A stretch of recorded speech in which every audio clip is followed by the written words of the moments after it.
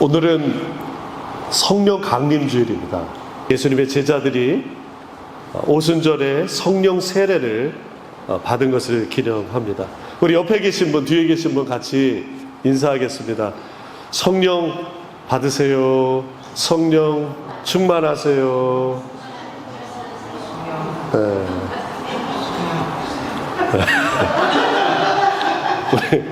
우리 신사성령이 아주 정성스럽게 준비했습니다. 잘 받으시기 바랍니다. 다시 한번 인사할까요? 이렇게 사랑의 표시를 하면서 성령 충만, 성령 충만, 성령 충만. 감사합니다.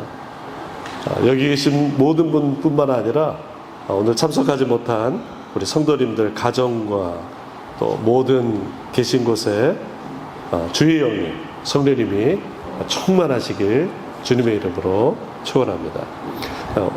말씀드렸듯이 이 오순절은 유대 절기상 출애굽해서 이제 50일 뒤에 6월절에 출애굽해서 이제 50일 뒤에 겪게 되는 날입니다. 그래서 오순절이라고 하죠. 그래서 시내산에서 모세가 율법을 받아들인 날이기도 합니다.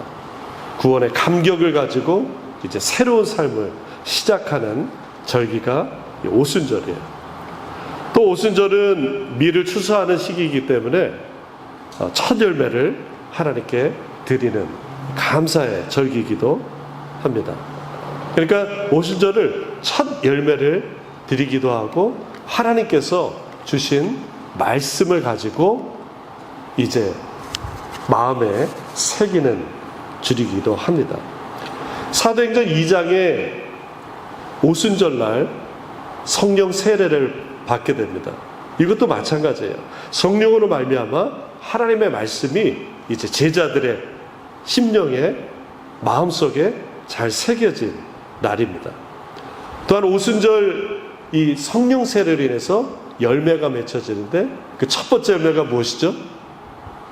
교회입니다. 성령 세례로 말미암아 교회가 시작이 되었어요. 오순절 성령 세례로 모든 민족에게 이제 교회가 허락되어지는 것입니다. 따라서 성령 세례의 첫 번째 결실은 교회예요. 우리 교회도 성령의 역사, 성령의 결실이라 믿습니다. 박영관 목사의 어떤 사역의 결과가 아니에요. 여러분의 수고와 땀의 열매가 아닙니다. 왜냐하면 이것은 온전히 성령께서 역사하시고 성령께서 인도하시고 하나님께 영광 돌리기 위한 것인 거예요. 우리의 의와 우리의 자랑과 우리의 어떤 노력의 결과다라고 하는 것은 그냥 교회가 아니라 그냥 모임일 것이에요. 하나님께서 온전히 이루어 주신 것이에요. 따라서 우리가 교회 걱정하지 마세요. 온전히 하나님께서 일하신 줄 믿으시기 바랍니다. 고린도전서 12장 13절에 우리가 유대인이나 헬라인이나 종이나 자유인이나 다 한 성령으로 세례를 받아 한 몸이 되었다 그랬어요. 두 성령도 아니고 세 성령도 아니고 한 성령에 의해서 세례를 받고 한 몸이 되었다라는 것이에요. 이것이 교회인 것이에요. 그런데 교회는 어때요? 각양각색의 사람들이 다 보였어요. 생김새도 다르죠. 성격도 다르죠. 타고난 모든 것들이 다 달라요. 배경도 달라요. 어떤 사람은 손이고 어떤 사람은 발이고 어떤 사람은 손가락일 수 있어요. 같을 수가 없습니다. 그러나 오직 한 가지, 성령께서 불러주시고 성령으로 말미암아 예수 그리스도의 지체가 되었다는 거예요. 따라서 성령의 역사가 우리 안에 인정되어야 되는 것이에요. 아, 저분도 성격은 저렇지만 예수님하고 연결되어 있구나. 아, 저분은 저렇게 살아오셨지만 예수님과 연결되어 있구나 라고 하는 것입니다. 따라서 이 사실을 인정하는 것, 그리고 그것을 받아들이는 것이 성령 충만한 삶의 사람인 것이에요. 이것을 잊어버리면 안 돼요. 교회는 성령 세례로 세워졌고 성령 충만으로 하나님의 말씀이 흥왕해지는 거예요. 성령 세례로 열매가 맺혀지고 성령으로 인해서 하나님의 말씀이 심령에 새겨져서 살아가는 거예요. 교회 성도들이 성령 충만하지 않으면은 교회가 아닌 것입니다. 그 존재의 이유가 없어지는 것이에요. 어느 산중에 호랑이 한 마리가 있었어요. 여러분, 호랑이 하면 어떤 생각 들어요? 산중 호걸, 막 밀림 맞나요? 밀림에 와, 산중에 와. 그 호랑이 아닙니까? 그런데 이 호랑이는 좀 겁이 좀 많았어요. 그래서 잘 먹질 못했어요. 사냥을 잘 못해가지고. 그래도 명색이 호랑이인데 내가 이대로 굶어줄 수 없다 해가지고 사냥을 나갔어요. 마침 저기 토끼 한 마리가 있는 거예요. 있는 힘을 다해서 토끼를 탁 잡았어요. 그런데 그 토끼는 그 산중에서 싸가지 없기로 아주 유명한 토끼였어요. 딱 잡히자마자 이렇게 했어요.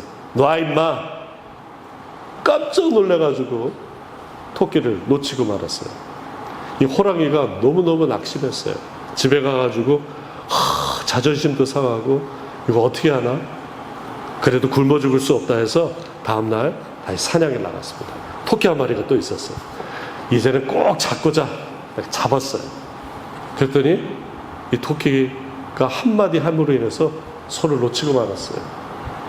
나야 임마. 깜짝 놀랐어요. 너무 자존심 상하고 너무 마음이 상해가지고 도저히 이 동네에 못 산다 해서 옆 동네로 이사 갔어요. 그래도 굶어 죽을 수 없어가지고 이제 다시 사냥을 나갔어요. 혹시 그 토끼인가 싶어가지고 봤더니 전혀 다른 토끼예요. 이제 잡을 수 있겠다 싶어서 토끼를 획 낚아챘어요. 그랬더니 이 토끼 한마디에 이 호랑이가 심장마비로 죽었어요. 소문 다 났어 임마. 정체성을 잃어버리면 죽는 거예요. 여러분, 웃으려면 확 웃고 안 웃으려면 이렇게 정체성을 잃어버리면 안 돼요. 호랑이의 정체성은 용감이에요. 교회의 정체성은 성령 충만입니다. 성령 충만은 성령 세례 한 번만 받고서는 그냥 끝이다라고 하는 것이 아닌 거예요. 어떤 사람 만나면은 목사님 저 교회에서 방언도 받고 막 열심히 했어요. 그러세요? 근데 보면은 지금 교회를 안 다녀요. 성령 충만은 성령 세례 한 번 받고 땡치는 것이 아니라는 것이에요. 계속 간구하고 계속 받아야 되고 계속 채워야 그것이 의미가 있는 거예요. 오늘 말씀 로마서 8장에 우리가 읽은 본문 위에 생명의 성령의 법이 나옵니다. 생명의 성령의 법이 죄와 사망의 법에서 우리를 해방했다고 선언하고 있어요. 질문 하나 드릴게요. 여러분, 생명과 사망 어느 게 더 강할까요? 자, 다시 다른 질문 드릴게요. 생명과 사망이 1대1로 맞짱을 떴어요. 그럼 결과가 어떻게 될까요? 세상적인 관점에서는 사망이 이겨요. 생명체는 결국 죽게 돼 있어요. 모든 것이 다 흙으로 돌아간다고 성경에서도 얘기하고 있습니다. 생명이 강한 듯 보이지만 사망이 생명을 이깁니다. 야고보서에서는 생명은 잠시 있다가 안개처럼 사라진다고 얘기하고 있어요. 그러나 이것은 세상적인 관점이에요. 성경으로 보면은 사망은 생명을 절대로 이길 수 없습니다. 사망은 하나님의 뜻이 아니에요. 하나님은 생명의 하나님이시기 때문에 그렇습니다. 죄의 시작은 불순종이었습니다. 결국 죄의 삭은 사망인 것이에요. 사도 바울은 이렇게 선언합니다. 죄의 삭은 사망이다. 그러나 예수 그리스도께서 십자가에서 죄를 짊어지고 죽으심으로 3일 만에 부활하셔 우리에게 생명을 주신 것이에요. 예수님께서 사망의 권세를 깨뜨리셨습니다. 사도 바울은 이렇게 승리를 감사드립니다. 우리 같이 한번 고린도전서 15장 55절로 같이 한번 크게 읽습니다. 사망아, 너의 승리가 어디 있느냐? 사망아, 내가 쏘는 것이 어디 있느냐? 사망이 쏘는 것은 죄요, 죄의 권능은 율법이라. 우리 주 예수 그리스도로 말미암아 우리에게 승리를 주시는 하나님께 감사하노니. 사망은 우리를 위협해요. 그러나 우리 주 예수 그리스도의 권능이 죄와 사망을 이기는 줄 믿으시기 바랍니다. 예수 안에 있는 생명의 성령의 법이 죄와 사망의 법을 이긴 것이에요. 우리가 해방된 것이에요. 생명의 성령의 법이 어디 있다고요? 예수 안에 있는 거예요. 예수 안에 있는 생명의 성령의 법이 죄와 사망의 법을 이겼어요. 세상 사람들은 세상에서 제일 좋은 교회를 어딜까요? 라고 질문하면은 많은 사람들이 이렇게 됩니다. 친구가 다니는 교회요. 그럼 세상에서 제일 안 좋은 교회는 어디예요? 많은 사람들이 대답해요. 내가 다니는 교회요. 성령 충만하지 않으면은 그냥 내 생각에 빠져서 판단하게 됩니다. 사실 세상에서 좋은 교회, 나쁜 교회가 어디 있겠어요? 다만 성령 충만한 교회와 성령 충만하지 못한 교회로 나눌 뿐인 것이에요. 저희는 속한 교단은 글로벌 감리교회예요. 감리교 운동은 그냥 교단으로 시작하지 않았어요. 존 웨슬리와 동료들이 자발적이고 역동적으로 성령의 부흥 운동에서 시작되었어요. 그래서 개인의 성화가 영국 전체에 영향을 미치게 됐습니다. 많은 교회들이 이 순서를 바꾸게 돼요. 뭔가 조직을 하고 어떤 그 형태를 갖춘 다음에 하는 것이 아닙니다.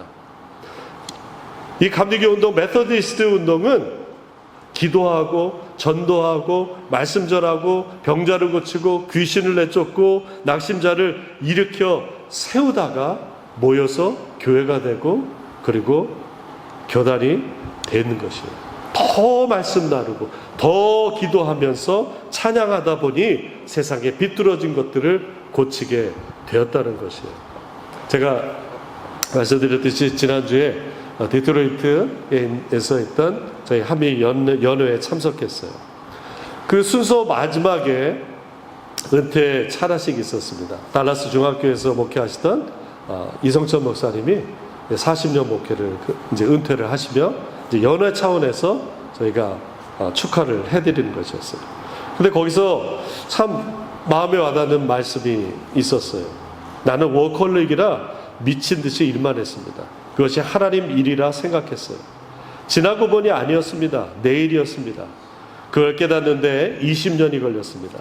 나는 마음이 급한 사람이었어요. 아마 나보다 밥을 빨리 먹는 사람이 없을 것입니다. 모든 일을 급하게 했습니다. 교회 일도 그 급한 마음으로 몰두했습니다. 그런데 하나님은 정확히 시속 3.5마일로 달리고 계셨습니다. 내 생각대로가 아니라 하나님을 따라가야 된다고 우리 후배 목사님들께 이렇게 좋은 말씀 하셨어요. 하나님이 3.5마일로 다닌다고 이 목사님은 체험하고 있었던 것이에요. 그런데 어쩌면 우리는 그보다도 더 조급한 마음으로 있지 않을까 생각합니다. 우리의 생각은 하나님은 100마일로 달리고 있는 거예요. 그러니까 내가 35마일, 55마일 그 하나님을 쫓아가지 못한다라는 죄책감에 오히려 시달릴 때가 있어요. 나는 능력이 안 돼요, 하나님. 그런데 반대였어요. 내가 하나님보다 훨씬 더 앞서서 달리고 있었던 것이에요. 우리가 하나님을 몰라도 너무 모르고 있었던 거예요. 제가 그 말씀을 듣고 회개가 되더라고요. 우리가 초점을 맞춰야 될 것은 예수님과 나와의 1:1 관계가 어떤가에 우리는 집중해야 돼요. 교회에서 어떤 일이 있고 어떤 장로가 되고 권사가 되고 어떤 간투를 쓰는 것이 우선순위가 아니라 주님의 그 발걸음을 따라가는 것, 성령의 인도하심을 받아야 되는 것. 우리가 초점 맞는 것은 내가 주님을 잘 따르고 있는지, 내가 성령의 인도하심을 잘 받고 있는지, 예수님과 교제를 잃고 있지 않는지에 우리가 초점을 맞춰야 돼요. 그렇지 않고 그냥 세상적인 기준으로 예수님 쫓아가다가 결국에는 천국에 가지 못하는 것이에요. 성경 속에서 주님의 뜻을 헤아리고 또 주님의 제자가 되기 위해서 우리가 우리의 십자가를 지고 주님을 따라야 되는 것입니다. 우리 15절의 말씀을 같이 한번 읽겠습니다. 15절. 너희는 다시 무소하는 종의 영을 받지 아니하고 양자 영을 받았으므로 우리가 아빠, 아버지라 부르짖느니라. 아빠 하면 어때요? 느낌이 그냥 있다가도 도망갑니까? 너무 친근하고 그립고 우리가 아기가 된 느낌이 아니겠습니까? 얼마나 친근해요. 아빠. 제가 디트로이트 가면서 거기에 미시간에 제 사촌 여동생이 살고 있어요. 그래서 연락을 시간이 없으니까 어떻게 할까 하다가 그날 가가지고 연락을 했더니 왜 이제 연락하냐면서 급하게 이제 잠깐 만났어요. 저 여동생은 그 미시간에 있는 2세 청년하고 만나서 10년 전에 이렇게 결혼해서 아이도 둘씩이나 낳고 지금 살고 있더라고요. 그래서 제가 보니까 깜짝 놀랐어요. 그 아이가 고등학교쯤 봤던 것 같아요. 저희 집이 큰 집이라 가지고 이렇게 친척들이 오잖아요. 근데 이제 좀 컸다고 이제 명절에도 안 오더라고요. 이제 고등학교 되고 그러니까 그때부터 못 봤던 것 같아요. 그리고 저 이제 미국으로 유학 오고 이러니까 더 못 보게 되고 20년도 더 된 것 같아요. 깜짝 놀랐어요. 고등학생이었던 그 어린 아이만 생각했는데 벌써 40대 이제 중반에 여인이 되어 있는 거예요. 그리고 두 아이의 엄마가 되어 있고. 그래서 그 조카라고 해가지고 인사하는데 인사를 한번 했는데 얘네들이 그냥 껌뻑껌뻑 누구냐 이런 거지. 그러니까 저 여동생이 엄마 커즈냐? 왜 삼촌이야? 근데 얘네들이 엄마 쪽 삼촌을 처음 본 거야. 또 이렇게 사촌이고 더 멀고. 그러니까 애들이 껌뻑껌뻑. 한두 시간 이렇게 같이 만나면서 있는 시간에 아이들도 별로 이렇게 적응을 못 하더라고요. 왜 그래요? 저도 걔랑 친하지가 않는 거예요. 처음 보니까. 그런데 하나님을 아빠라고 하면은 어떤 사람들은 너무너무 정말 그립고 따뜻하고 이렇게 했지만 어떤 사람은 아빠? 아버지보다도 더 멀어지는 느낌을 받을 때가 있다라는 거예요. 왜요? 평소에 거리가 이렇게 가깝지가 않았던 것이에요. 랜디 클락 목사님이 교회 안에서 믿지 않는 신자, unbelieving believer라는 사람들이 있다라고 지적해요. 이런 사람들은 하나님의 말씀을 진정으로 믿지 않는다라는 거예요. 그냥 명목상의 신자, 그냥 nominal Christian이라고 하는 거예요. 교회는 다니지만 성령의 능력을 믿지 않고 부인하는 거예요. 성령의 은사를 그냥 옛날에 사도시대 때 성경에서만 있었던 것이라고 생각하게 돼요. 그런데 왜 그런 마음이 들까요? 교회 다녀요. 그러면서 왜 믿지 못하는 것일까요? 레이프 헤틀랜드 목사님이 그의 책 Healing the Orphan Spirit이라는 책에서 여기에 대한 어떤 실마리를 제공합니다. 헤틀랜드 목사님이 모든 세상의 문제는 하나님을 아버지로, 아빠로 믿지 않고 고아와 같이 떠도는 것에서 시작한다고 지적해요. 그러니까 성령님이 아니라 그냥 고아의 영, 아니면 종의 영으로 채워졌기 때문에 하나님과의 관계가 겉돈다는 거예요. 정착하지 못한다는 거예요. 사도 바울은 하나님의 영, 양자의 영, 그리고 성령열과 대조적으로 종의 영 또는 이와 같이 고아의 영으로 얘기하고 있습니다. 우리 15절을 다시 한번 읽어볼까요? 너희는 다시 무소하는 종의 영을 받지 아니하고 양자 영을 받았으므로 우리가 아빠, 아버지라고 부르짖느니라. 여기서 중요한 단어들이 계속 나오고 있습니다. 종의 영을 받지 않고 양자형을 받았다는 거예요. 성령을 받았다라는 것입니다. 양자형은 성령입니다. 우리가 성령 받음으로 하나님을 아빠, 아버지라 부를 수 있는 거예요. 오늘 읽으신 본문 바로 앞인데 우리 로마서 8장 우리 9절부터 다시 한번 보겠습니다. 한번 읽어보겠습니다. 좀 글씨가 작지만 한번 읽을게요. 만일 너희 속에 하나님의 영이 거하시면 너희가 육신에 있지 아니하고 영에 있나니 누구든지 그리스도의 영이 없으면 그리스도의 사람이 아니라. 10절 또 그리스도께서 너희 안에 계시면 몸은 죄로 말미암아 죽은 것이나 영은 의로 말미암아 살아있는 것이니라. 예수를 죽은 자 가운데서 살리신 이의 영이 너희 안에 거하면 그리스도 예수를 죽은 자 가운데서 살리신 이가 너희 안에 거하시는 그의 영으로 말미암아 너희 죽을 몸도 살리시리라. 하나님의 영이 거하시면, 여기서 계속 반복되는 이 말은 뭐예요?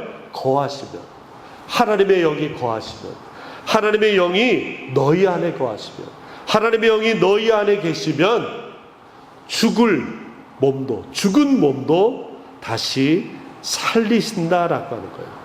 성령이 결국 우리를 살리시는 것이에요. 성령이 죽은 우리조차 살리게 됩니다. 우리 안에 눌려있는 것, 우리 안에 슬픈 것, 우리 안에 정말 어떻게 할 수 없는, 하나님 이걸 어떻게 해요? 라고 할 수 없는 그 문제 모든 것, 그것으로 인해서 내 믿음이 점점 연약해지고 나약해지고 눌려있는 그 모든 것을 성령께서 살려주신다는 것이에요. 예수님께서 십자가에서 죽으신 그 이유를 바로 성령께서 살리신 것입니다. 우리가 부정적으로 생각하는 이유는 성령의 생각이 아니라 세상의 생각이에요.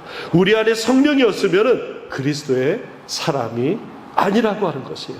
양자영을 받은 사람이 하나님의 아들이요, 하나님의 자녀인 것입니다. 다시 우리 14절을 한번 읽겠습니다. 무릇 하나님의 영으로 인도함을 받은 사람은 곧 하나님의 아들이라. 대부분 여기 계신 분들은 딸인데 성경이 이상하다라고 시험 들지 마시고 자녀라고 하는 것입니다.